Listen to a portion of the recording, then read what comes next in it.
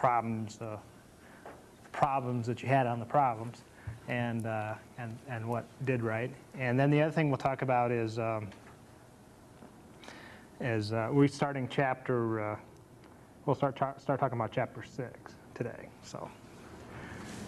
So whenever you're ready back there, just tell me and we'll get started. All right. Well, today we're back. We've had our first exam already. So for you guys down south, I want you to make sure you've taken the exam before you actually watch this videotape, because we'll talk about the exam at the end. So that's your honor system about doing that.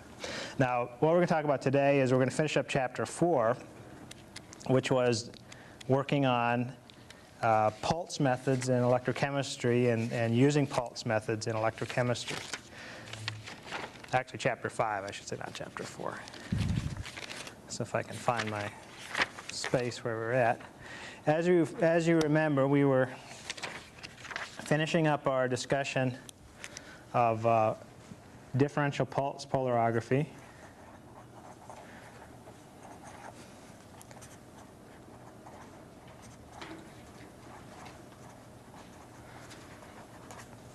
Can you get our notes here? Do you know how to do the twisting? Okay, there we go. We got a new camera person today, so we'll see how that goes. All right, so differential pulse polarography, and remember the idea we're going to take the normal pulse polarography where we just applied a constant pulse from a constant baseline. And in this case, the differential pulse polarography is somewhat of a different method where we take, instead of applying a constant baseline, we constantly increment the baseline by a slight amount, at the same time applying small additional pulses. So you can think about the baseline as being a way to maintain a Nernstian condition. The baseline is acting like to set the concentration of oxidized and reduced species as you'd expect by the Nernst equation. Because it's a slow ramp up, we expect the kinetics, even if the kinetics are slow, we'll still maintain a Nernstian behavior. Now that's not always going to be true, but that's the idea. And so the slower we go with this increment, the more likely that's going to be the case. So we have to trade off going slow to maintain the Nernstian case and going rapidly enough so that we're not wasting a lot of time doing our waiting for the thing to equilibrate. And the little pulses on top are acting like perturbations from equilibrium. So we're applying a little pulse, and that perturbs us from equilibrium, and we get our information that way. So we're doing pulses on top of that. And as you recall, we wrote the equation for the current, and the current is basically a differential current where we're taking the derivative of the normal pulse polarography, essentially, not quite the derivative, but close enough to the derivative to make that point.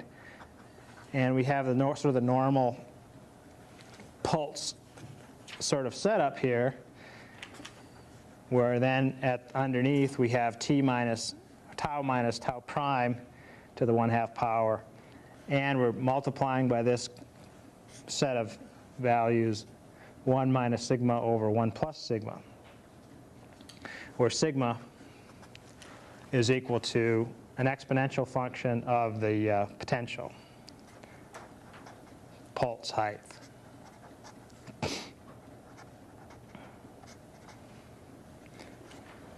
Okay.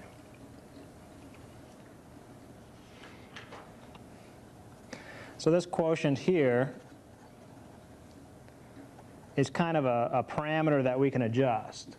T minus tau is where we're making our measurement. Remember, we're going to measure, there would be tau prime, and this would be tau on our system. So we're just going to be measuring that pulse width is basically this term here. Okay. Now when delta E becomes large, the quotient approaches 1, and the signal becomes larger and larger, but we lose resolution on our peak. Our peak becomes wider and wider. It turns out that that peak is, for the delta I max, is the width is proportional to the delta E, as you recall.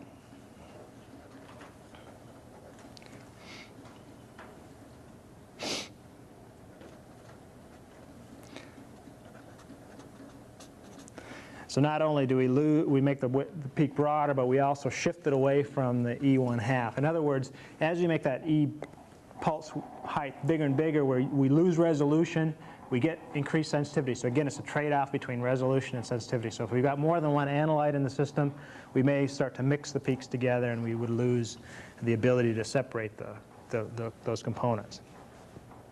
So usually delta E is a compromise, approximately 50 millivolts. And again, this is mainly an analytical method, so we're not really interested whether or not the E1/2 is exactly on the E0 and so on and so forth. With this method, we can increase the resolution and the sensitivity from the normal pulse polarography method to about 10 to the minus 8th molar, which is pretty good. Basically, the main advantage of the differential pulse polarography is, besides getting a more conveniently measured analytical signal, usually peaks are easier to measure than a sigmoid. It's hard to say, well, where do you measure that sigmoid, especially if the sigmoid has got a sloping baseline.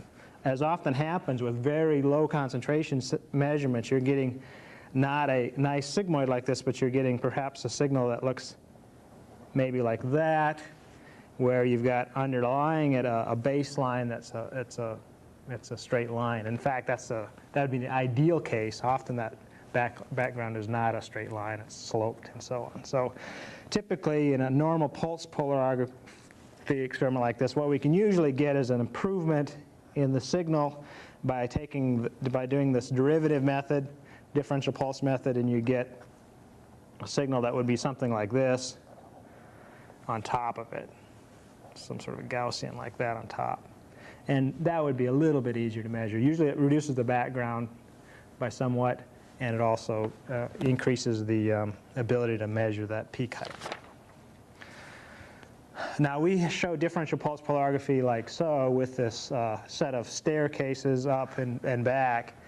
The original implementation of the method was using, and the reason they're doing it this way is this works really good with computers, because we can step the pulse up and down with the computer control between whatever potentials we've got. But originally it was developed using sort of analog electronics, and it was easier to make a scan that would be something like this,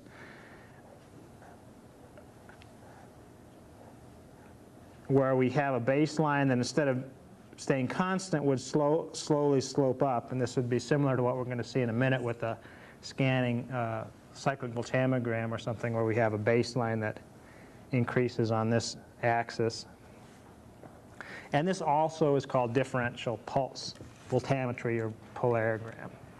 And the theory is essentially the same for the two methods. So essentially what you can see here is this is a linear sweep, and then we're applying a set of equal size potential steps on top of it. So you just have to sum those two sources together. Not a big difference, but as sometimes happens, there's sort of a religious problem with those. People think one way is better than the other way, and so they have kind of wars about that occasionally. Quiet conflicts, really, more than wars. But you will see both of them, and sometimes people will vehemently disagree that that is differential pulse polarography. Some other types that we won't really get into, and I'll refer to the literature, because most of these, again, are useful mostly for analysis, and once you've developed the method, there are different advantages and disadvantages, and that would have to do with the specific analysis that you're doing. One type that's very popular, though, is called Oster-Young square wave voltammetry. And the team of Janet Oster-Young and Robert Oster-Young, two chemists, they were at various different places when they did most of the work on square wave voltammetry at the University of Buffalo, sunny Buffalo. And they really were very interested in applying computers to electrochemistry, and so they came up with a lot of methods that exploited computers, and so they used them to develop new pulse-based methods. And really a useful method is Auster-Young square wave voltammetry, where the pulses look somewhat like this, where they have very high pulses and then back to a low baseline.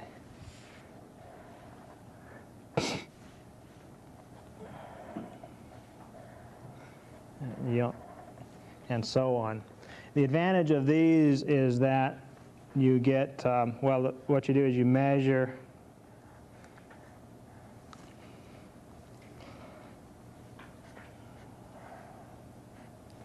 at different points. For example, you would measure here, and that would be the forward current sample.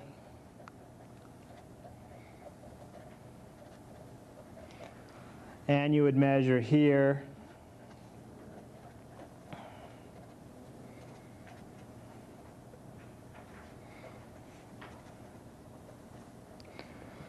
And there would be two other parameters that you would set. One would be here would be T pulse, and the other parameter would be a tau parameter, which would be the width of this entire cycle, and so on. And then there would be sort of this increment of potential each time called ESW. And so that would be IF, that would be I sub R. And typically, delta ES is about 10 millivolts. Delta ES is this little bit here.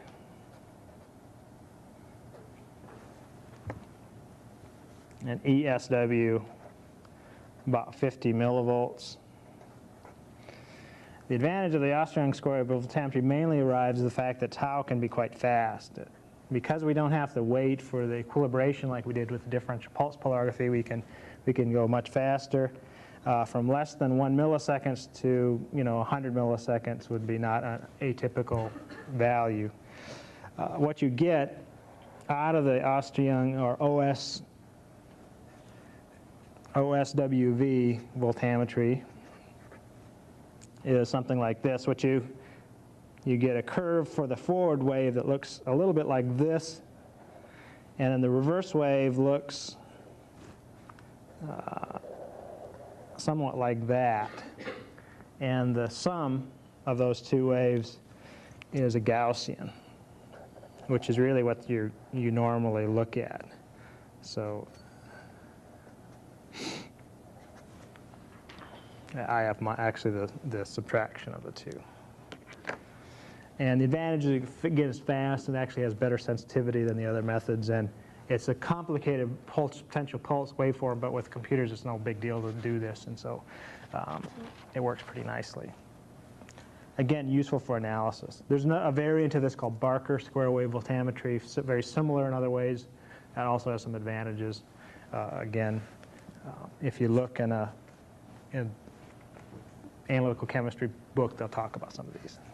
The other major one, and we'll finish with this, is, and we'll have probably some opportunities to discuss more clearly the advantages and disadvantages of some methods later on when we've seen all the possibilities.